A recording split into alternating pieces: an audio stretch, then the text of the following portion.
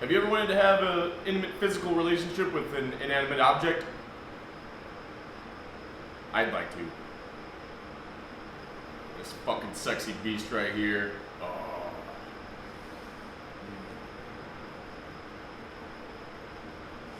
God, this saw is awesome. So, what do I have up here? The Stihl MS 660. And I'm in love with it. Thing is just a... Yeah. Anyway, she gets me going. So, anyway, this is a one generation back saw. Current generation's the 661 C-M.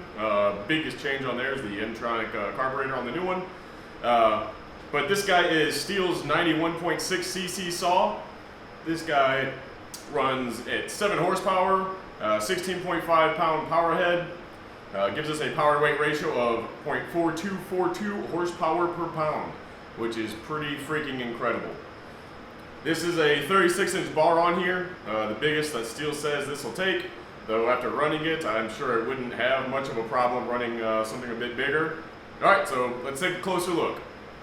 Alright, makes this thing a little more manageable. First thing I'm going to do is go ahead and remove the side cover.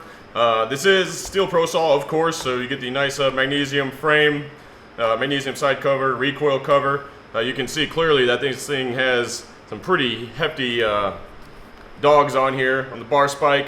They aren't going to be wearing out anytime soon. Good lord, they're, you know, what, 2 inches long, probably 2 millimeters, 2.5 millimeters thick or so.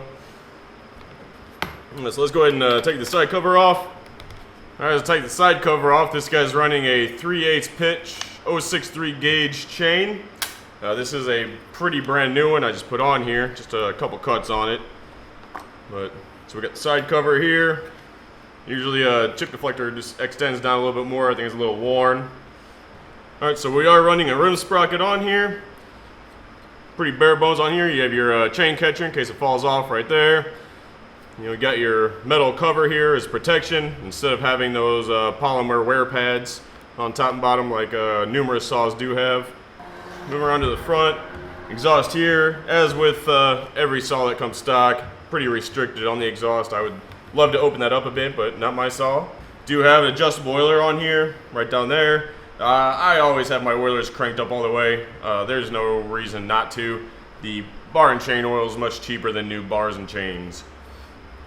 So you do have, just notice this, that's not common on their saws. Looks like a wear plate or bracket support built into the handle. Guessing set it down on the ground, it'll wear here instead of wearing on any plastic components. Also, I'm sure it adds a little rigidity to the handle assembly, so it's not breaking.